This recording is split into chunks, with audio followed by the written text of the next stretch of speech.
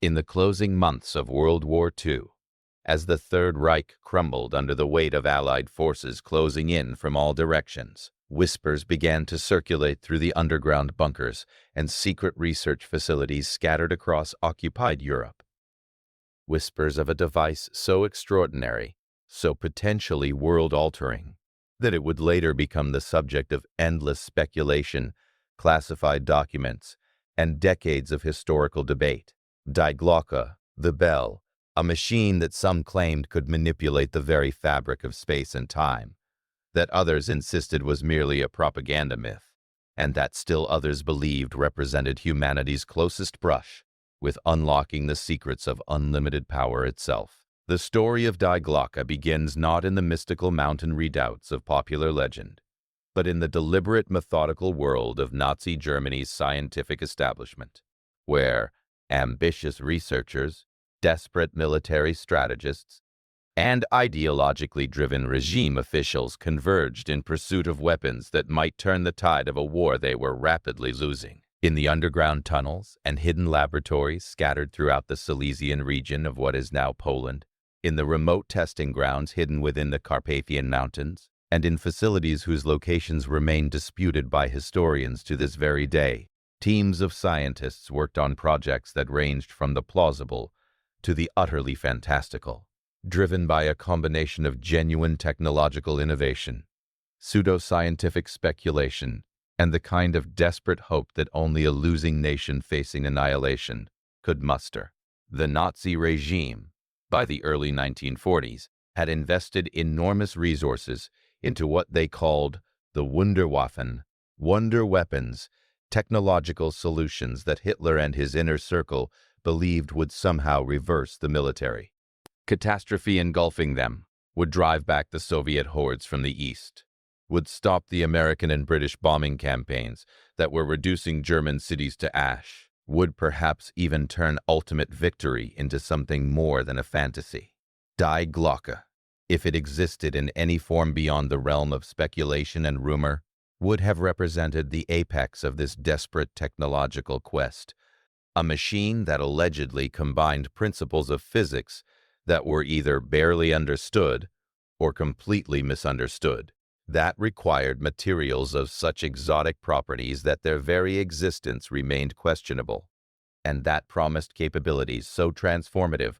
that they seemed more aligned with science fiction than with the possibilities of 1940s engineering and physics. The first documented references to Die Glocke emerge not from Nazi records themselves, because if such a device truly existed, the regime would have been extraordinarily secretive about it, but rather from testimonies collected in the immediate aftermath of the war,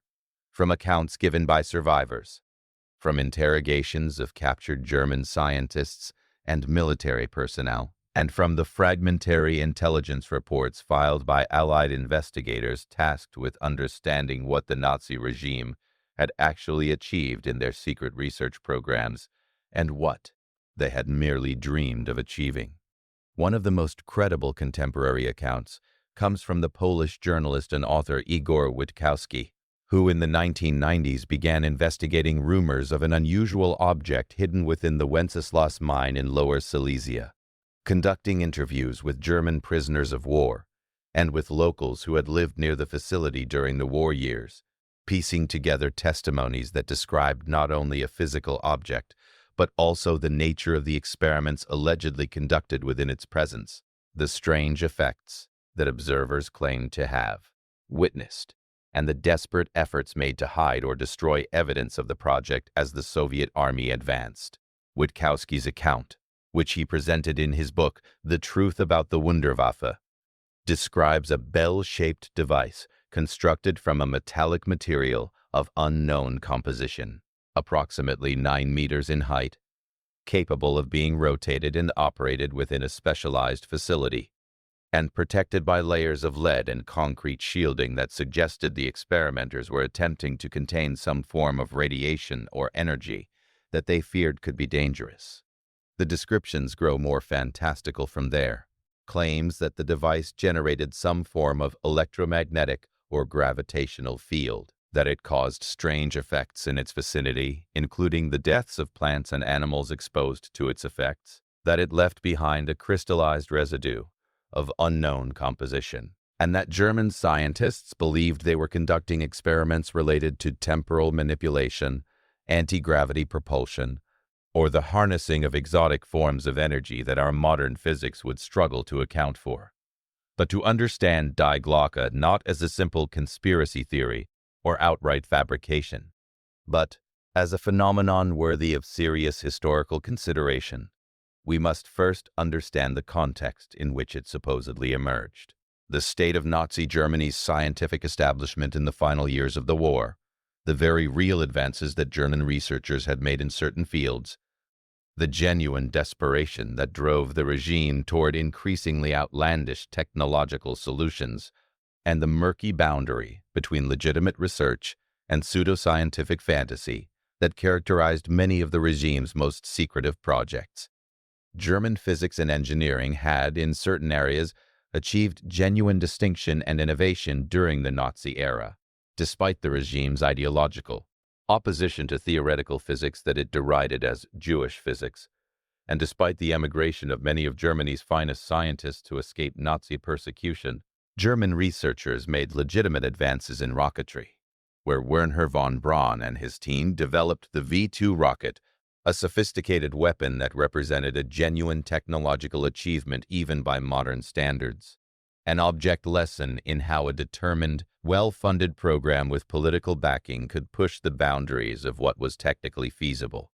German research into jet aircraft, while not ultimately producing operational fighters before the war's end, nevertheless achieved real innovations in engine design and aeronautical engineering that would influence aircraft design for decades to come. German physicists had made contributions to nuclear physics research, and while their atomic bomb program lagged significantly behind the Manhattan Project due to a combination of resource constraints, ideological restrictions, and key scientists fleeing the regime, they were pursuing nuclear research seriously and had correctly identified the technical path to nuclear weapons, even if they lacked the resources and time to achieve them. Set against this backdrop of genuine scientific achievement, however, was another dimension of Nazi research that operated in a more ambiguous realm. Programs that blended legitimate physics with increasingly speculative and pseudo-scientific theories. Programs that were driven as much by political desperation and ideological fantasy as by scientific rigor. Programs that somehow achieved funding and institutional support, despite their questionable theoretical foundations. The regime invested in research programs investigating alternative fuels, alternative aircraft propulsion systems, novel weapons concepts, and various forms of exotic military technology, some of which had genuine theoretical merit, while others were increasingly detached from established science. Into this ecosystem of genuine research alongside increasingly speculative projects, something like Die Glocke would have fit perfectly. Ambitious enough to appeal to desperate military strategists and regime officials, exotic enough to appeal to regime ideology with its interests in the supernatural and the mystical, technically complex enough that lay people could not immediately dismiss it as impossible, and focused enough to draw genuine scientists into its orbit, while also potentially attracting charlatans and fantasts. The physical descriptions of Die Glocke, as reported in post-war testimonies, suggest something that resembled a metallic bell shape, approximately 9 meters tall, made from a material that some accounts describe as an unknown metallic alloy, while others refer to it in more mystical terms. Constructed with an internal mechanism of rotating cylinders or rings, and mounted within a facility that included extensive shielding and specialized equipment. Some accounts suggest it was powered by some form of reactor, potentially drawing on theoretical physics related to electromagnetism or exotic forms of radiation, while others are vaguer, simply describing a device that was activated in ways that observers could not fully understand. The most detailed technical description comes from Igor Witkowski's interviews, where German witnesses allegedly described a device whose operation created visual disturbances, whose presence caused biological effects in nearby organisms, and whose purpose was theoretically connected to manipulating space-time itself, possibly for the purposes of creating advanced propulsion systems or weaponized effects that could be deployed against enemy targets. The location of this alleged device has been the subject of intense historical investigation and speculation. The Wenceslas mine in Lower Silesia, where some accounts place it, would have provided the kind of underground, shielded environment that would be logical for containing an experimental device that was either dangerous or needed to be kept hidden from Allied air raids, a location that was within territory that would be overrun by Soviet forces in the final months of the war, making it plausible that evidence would be destroyed or captured rather than falling into Western hands. The fate of Die Glocke, according to various accounts, differs depending on which testimony you credit. Some sources suggest it was destroyed by German personnel as the Soviets approached, a desperate effort to prevent the device and its technology from falling into Soviet hands, whether because the Germans feared what the Soviets might do with it, or because they simply wanted to deny it to their enemies. Others claim it was captured intact by Soviet forces and transported east, becoming part of Soviet research programs into exotic weapons and propulsion systems that allegedly continued for decades in the secret research institutes hidden within the Soviet Union, while yet other accounts suggest that American forces may have secured the device, or at least obtained documentation relating to it, incorporating whatever knowledge could be extracted into classified American research programs. The problem with assessing Die Glocke as a historical fact, however, is that every single piece of direct evidence for its existence is either missing, destroyed, classified, or highly disputed. There are no Nazi documents that unambiguously reference Die Glocke, no photographs of the device, no technical drawings that can be verified as authentic, and no physical artifacts that can be definitively linked to the project. Testimony of German prisoners of war and other witnesses, while intriguing, is fragmentary, sometimes contradictory, and collected long after the events in question, making it difficult to assess credibility with precision. The possible locations of the device, whether the Wenceslas mine, some other undiscovered facility, or nowhere at all, have never been excavated with the kind of scientific rigor that might settle questions definitively, and indeed, some proposed locations are either inaccessible due to geological conditions, contaminated with hazardous materials, or located in areas where political circumstances make investigation difficult or impossible. The scientific plausibility of Die Glocke's alleged capabilities presents perhaps the greatest difficulty for anyone attempting to assess its historical reality with seriousness. The claims that the device could manipulate gravitational fields, that it could create temporal distortions, or that it could achieve some form of propulsion effect that violated known physics push against everything we understand about how the universe operates at the fundamental level. Modern physics, particularly Einstein's relativity and quantum mechanics, provides a framework for understanding the universe that, while not without mysteries and unresolved questions, does not support the possibility of the kinds of effects that Die Glocke is alleged to have produced. The engineering requirements for creating such a device, if it were theoretically possible, would have required materials science, computational capabilities, and energy sources that were simply beyond the reach of any nation in the 1940s. Nazi Germany no less than any other. There are no currently operational laboratories where the fundamental physics underlying such a device is understood, no theoretical models that physicists accept as plausible, no repeatable experimental evidence that such effects can be produced, and no hint from the fundamental laws of physics that such engineering is even possible rather than merely speculative fiction. And yet, the very impossibility of Die Glocke by modern scientific standards does not necessarily mean that it did not exist in some form, or that German scientists were not seriously pursuing research into these areas, or that the testimonies regarding it can be simply dismissed as wholly fabricated falsehoods, because the absence of evidence is not always evidence of absence. And the history of technology is replete with examples of ambitious projects that were pursued seriously and funded generously despite being based on flawed understandings of physics and engineering that we would now recognize as impossible or misguided.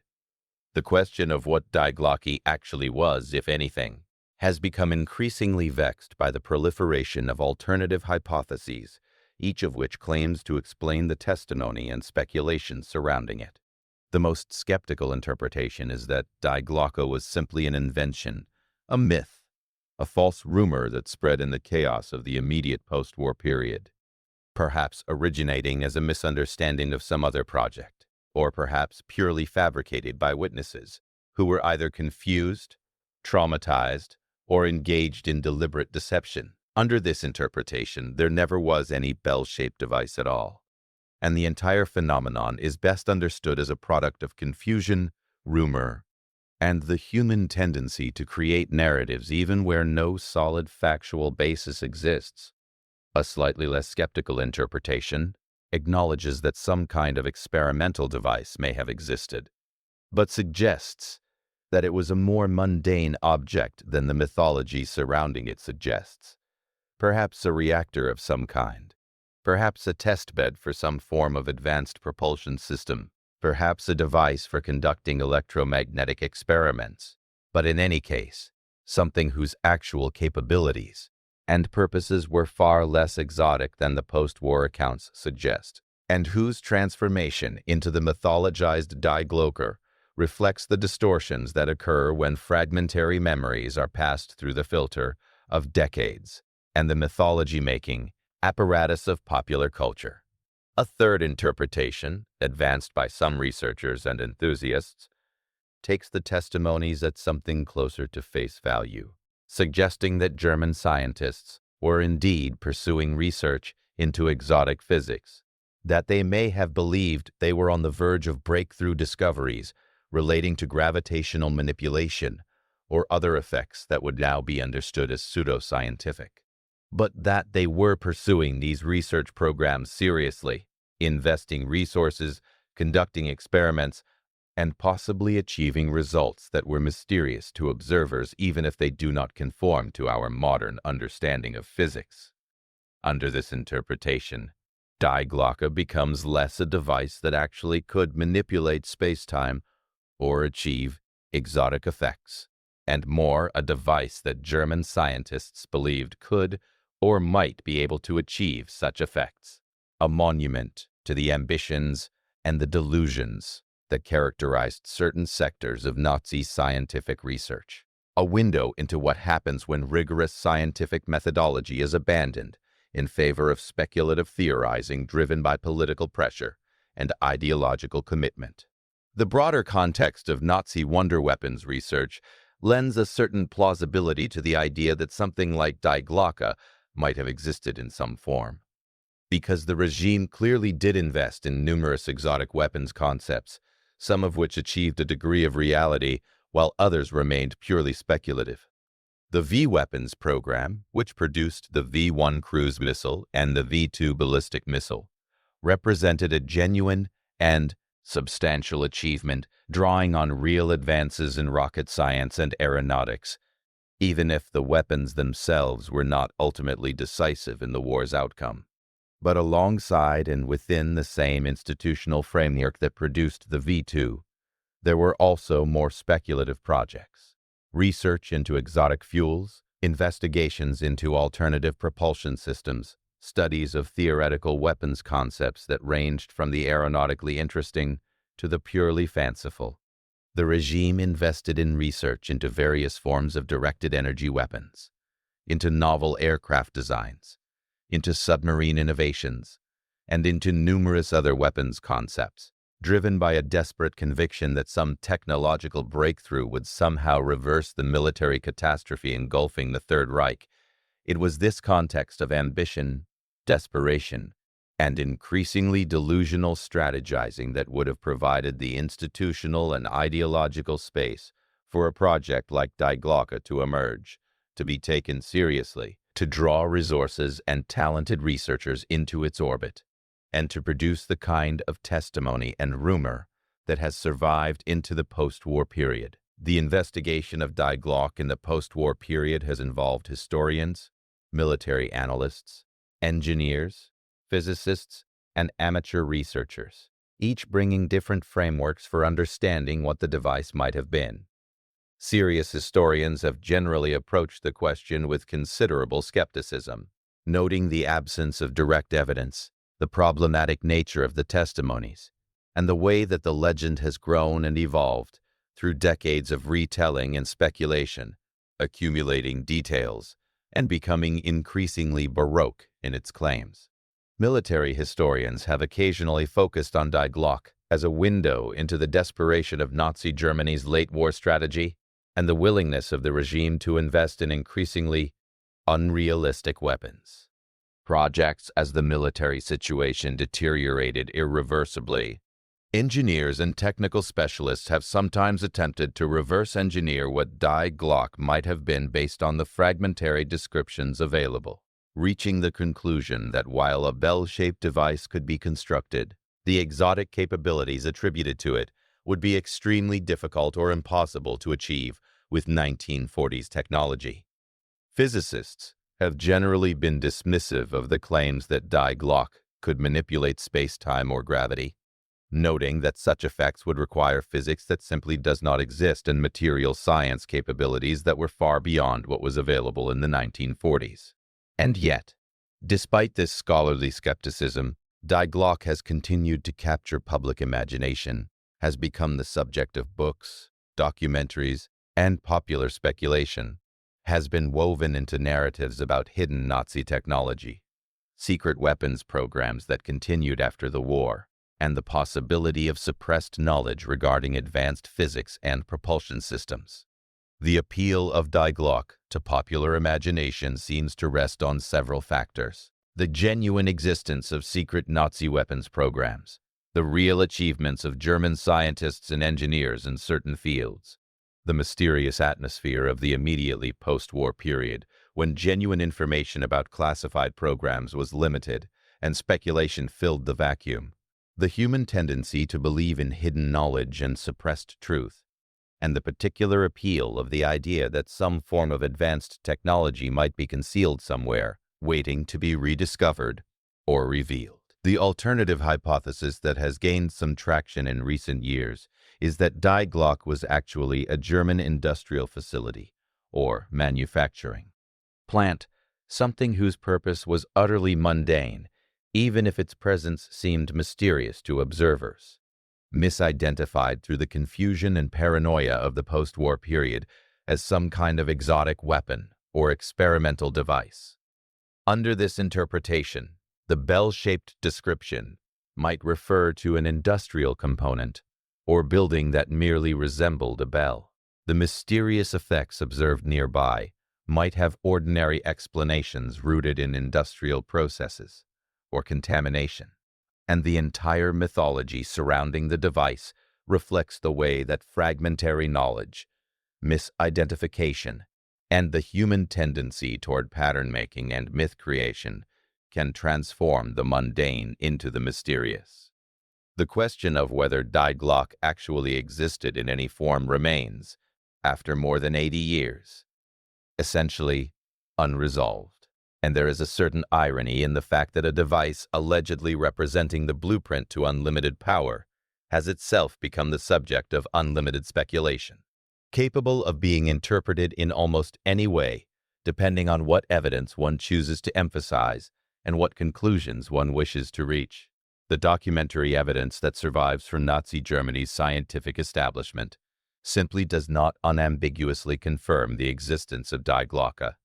while the testimony that does exist is fragmentary, sometimes contradictory, and collected through processes that did not always meet modern standards of historiographical rigor. If Die Glocke did exist in any form, it represented a convergence of genuine scientific ambition,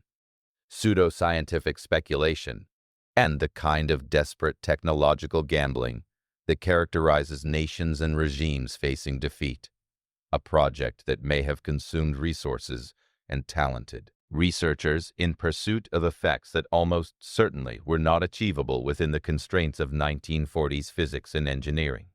And if it did not exist, if it was instead a myth born from confusion, misunderstanding, and the human tendency to create narratives even from fragmentary and ambiguous information, then it nonetheless represents something profound about how history is created, how myths form and grow, how fragmentary facts become transformed into grand narratives, and how the desire to believe in hidden knowledge and suppressed truth can shape our understanding of the past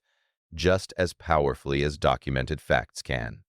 The story of Die Glocke, whether it ultimately proves to be historical fact, elaborate misunderstanding, or deliberate deception, serves as a window into the twilight world of Nazi Germany's late-war desperation, into the ambitions and delusions that drove the regime toward increasingly unrealistic technological solutions, and into the human tendency to see meaning, pattern, and hidden truth even in chaos, confusion, and the absence of reliable evidence. In the end, what we can say with certainty is that the legend of Die Glocke has endured, that it continues to fascinate researchers and the public alike, that it raises profound questions about the nature of historical evidence, the reliability of testimony, and the boundary between history and speculation, and that it serves as a reminder that the past is often far more ambiguous and resistant to definitive interpretation than we might hope, that mysteries can persist even after careful investigation, and that sometimes the greatest power lies not in the devices we build or the weapons we create, but in the stories we tell about them, the myths we create around them, and the way those stories capture something true about our hopes, fears, and the eternal human desire to understand and master forces beyond our comprehension.